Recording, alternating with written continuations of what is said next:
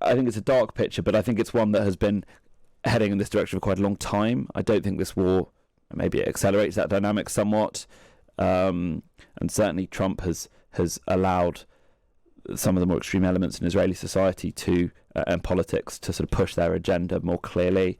And we're seeing that in the West Bank. But unfortunately, I think this has been heading this way for a long time. If you talk to people on the ground in the Middle East, the two-state solution is something, it's a go-to for British politicians, but it's not actually that seriously debated in Israeli politics very often. Let's crack on, Josh. Obviously, the war. Keir Starmer's been speaking at an event in London this morning. He's been trying to reassure the British public about the impact of the war in the Middle East. Let's have a listen. At the moment, what we're doing is monitoring the risk, working with others to mitigate the risk. The Chancellor is talking to the Bank of England every day to make sure that we're ahead of that.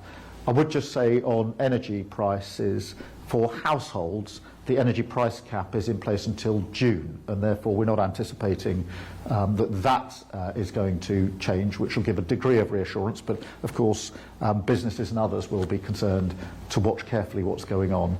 Well, the Prime Minister was asked at that press conference if President Trump was gambling with World War III. He didn't engage with that, but he said it was right that Britain was going to be helping to defend allies in the region, and said we do need to find a way to de-escalate the situation.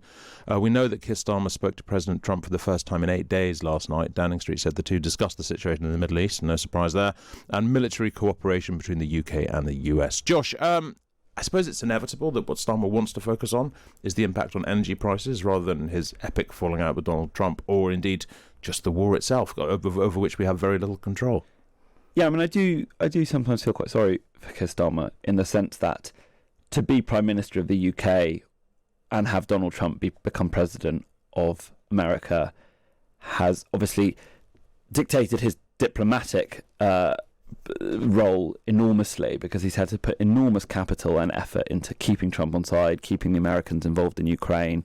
That's been a massive challenge for him. But at the same time, there is a limit, and he reached that limit last week with Iran, and he then now has to deal with a falling out with Trump, which is also a massive problem. And at the same time, he spent the last 5 months saying, we are a government that is laser focused on the cost of living. He told me in November, that's our North Star now. You know, that's really, we're sort of orienting our whole political focus around cost of living. And now we appear to be entering an oil shock, which could just sort of throw all that out the window. So his two main planks have just disintegrated in the space of a couple of days. Exactly, cost of living, and I get on with Trump, and Trump has literally just blown those two up. So I do feel a bit sorry for him, and he faces a real challenge to get either of those things heading in the right direction. But he's also handling it in a very Keir Starmer way. So polling by YouGov shows that 70% of the country opposes Britain joining the US attacks. How much of the public do you think has noticed that Keir Starmer agrees with them? Well, I spent a lot of time talking to people around Starmer last week, and their feeling was that they were right on the politics. You're right to point out that the messaging isn't always the best, but I think they felt that they were right on the politics, and that Starmer standing up in Parliament and saying this government does not believe in regime change from the skies, I mean, that was a big moment, and if anyone was paying attention, they will know that. So he's not sort of identified as a supporter of this war now. That's true. And although the falling out with Trump is a massive diplomatic issue, it does help feed into some domestic support, I think, because Trump is very unpopular. The war is unpopular. If petrol prices go through the roof, it's going to become a lot more unpopular, and they may well do, because we're expecting at least another couple of weeks of this. So I think they do feel that the politics of it are on their side, but it does give them a massive diplomatic headache. Yeah, no, I think you're absolutely right. Look, let's focus on the economics of this a little bit, particularly the impact of rising energy prices. Let's speak to the show's cheerful Chancellor, Times columnist and economist Paul Johnson. Hello, Paul. Morning. Thanks for being with us. Look, Paul, Donald Trump says oil prices are a small price to pay for security. Economically speaking, is that right? Higher oil prices being a small price to pay?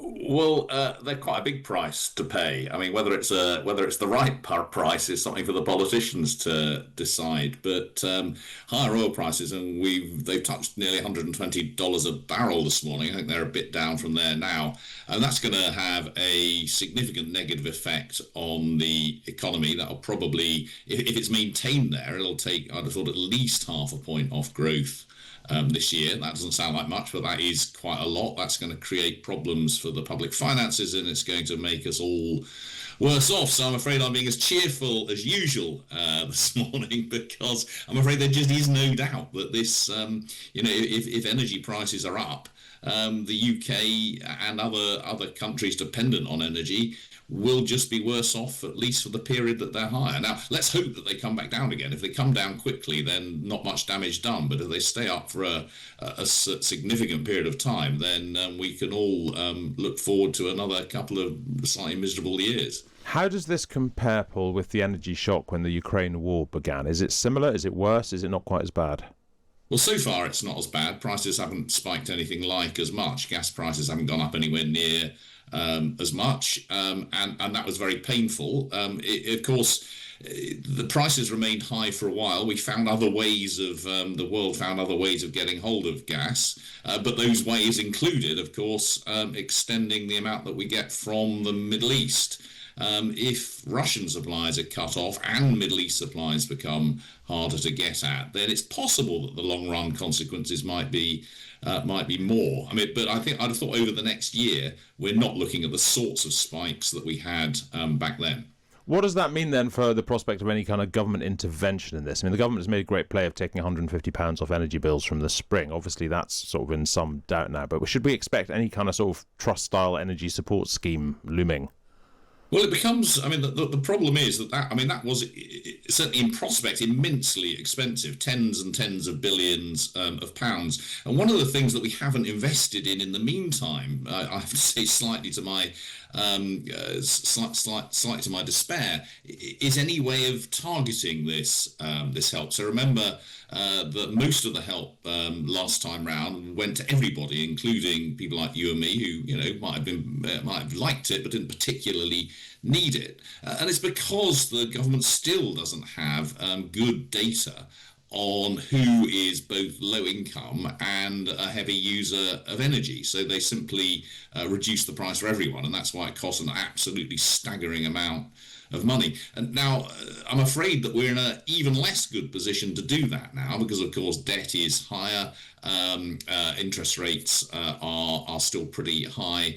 It will be very difficult. I mean, not impossible, but it would be difficult for the government to spend that kind of money. Now, they might decide to temporarily increase benefits for people on low incomes, for example, or reduce the bills for people who are on benefits. So target something tightly at the people on the lowest incomes. I think giving an across-the-board reduction is just very, very expensive. Explain to us, Paul, how this is impacting on gilt yields this morning, because we know they're sort of leaping around in a sort of in a way a bit reminiscent to the way that they responded to Liz Truss too. What's the link here? Why is this happening?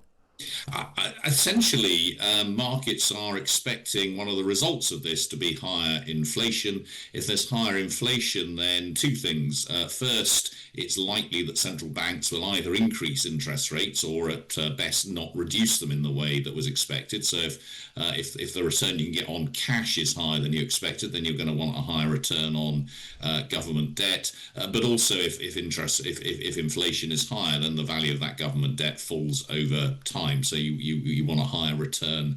If you want a higher return on it. It also, of course, just going back to our previous conversation, increases the risk that governments will end up more in debt than they otherwise were going to be, either because they're bailing people out or just because the economy's growing less strongly, and so we're borrowing more than we expected. So all of those things are going to be making people less happy about holding government debt, which means that they want a higher return on it. And that's, of course, just bad news. It's I mean, your previous Josh Glancy said he feels sorry for Keir Starmer. It is hard not to feel sorry for the Chancellor, who keeps getting buffeted by these things just as you think things are beginning to calm down. Well, just to make matters even worse, Paul, there are reports this morning that John Healey, the Defence Secretary, is going to go to the Treasury to ask for more money. How difficult would it be for the government to move from the roughly, 2 to 2.5% of GDP on defence to something closer to 3% or even 3.5%, and to do it quickly? Well, I mean, governments can always do things quite quickly on defence in the short run. So defence spending, spikes when we are in conflict. That tends to come out of at least officially out of the Treasury Reserve. So they give the money this year, but they don't give it again next year. What I suspect that John Healey's asking for, though, is a permanent increase in defence spending, and that just becomes more and more difficult. Again, if you look at the Chancellor's numbers.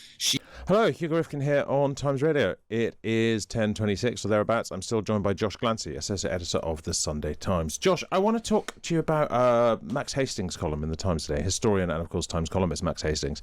He says this war is going to finally kill off Palestinian statehood. He makes the point that Benjamin Netanyahu, who was previously politically vulnerable, I'm sure we remember the huge demonstrations against him in Israel a couple of years ago, he's now gained huge support by aligning with US actions against Iran and consolidating Israeli unity. Left and right in Israeli politics seem to largely support him. Meanwhile, there are the sort of the dream of Palestinian statehood seems to be more or less dying. There are more actions by West Bank settlers against Palestinians than there are by Palestinians against anybody in the West Bank. He basically puts this down to the Netanyahu-Trump connection that has sort of strengthened Netanyahu's hand politically to an immeasurable degree. Do you agree with that? Yeah, I think he has a fair point. I would say I think that the October 7th matters much more than this war in terms of it. There wasn't a lot of support for Palestinian statehood in Israel before October 7th, but afterwards it's vanishingly rare, because I think even quite left-leaning Israelis and quite liberal Israelis feel that there just isn't a partner for peace. This is a people who are too many of them are dedicated to the destruction of Israel and to the murder of Israelis. That's how sentiment was after October 7th. But this, I do think the picture Max paints is of a defeated nation doomed to become a diaspora and not have a state, and sort of, I suppose, analogous to the Kurds maybe, or something like that. And it's very bleak, and the cost to Israel, not just morally but diplomatically, in terms of what kind of country it's in danger of becoming, I think is also huge. So I think it's a dark picture, but I think it's one that has been heading in this direction for quite a long time. I don't think this war, maybe it accelerates that dynamic somewhat, and certainly Trump has allowed some of the more extreme elements in Israeli society to and politics to sort of push their agenda more clearly, and we're seeing that in the West Bank. But unfortunately, I think this has been heading this way for a long time. If you talk to people on the ground in the Middle East, the two-state solution is something. It's a go-to for British politicians, but it's not actually that seriously debated in Israeli politics very often. But I mean, which is remarkable, because I mean, there are still millions of Palestinians who live in what would be Palestine, in the West Bank and in Gaza, and I find it sort of ceaselessly remarkable that the political consensus now in Israel seems to be, well, I suppose that's what they would say. That's what decades of murderous terrorism does to a people and to a politics. There used to be a big peace camp and a big sort of land for peace movement in Israel, and the Labour Party was the party of government in Israel often, but that's all gone. And a lot of that ended after the Second Intifada at the beginning of this century. So it is quite a bleak picture, and I think Gavin Newsom, the Democratic politician, has been using the word apartheid recently, and I think that if you actually look at his comments, there's some nuance there, because I think that what's not apartheid is Israel today. Actually, Arabs in Israel have votes, they have MPs, they have people on the Supreme Court, 20% of the population, and so forth.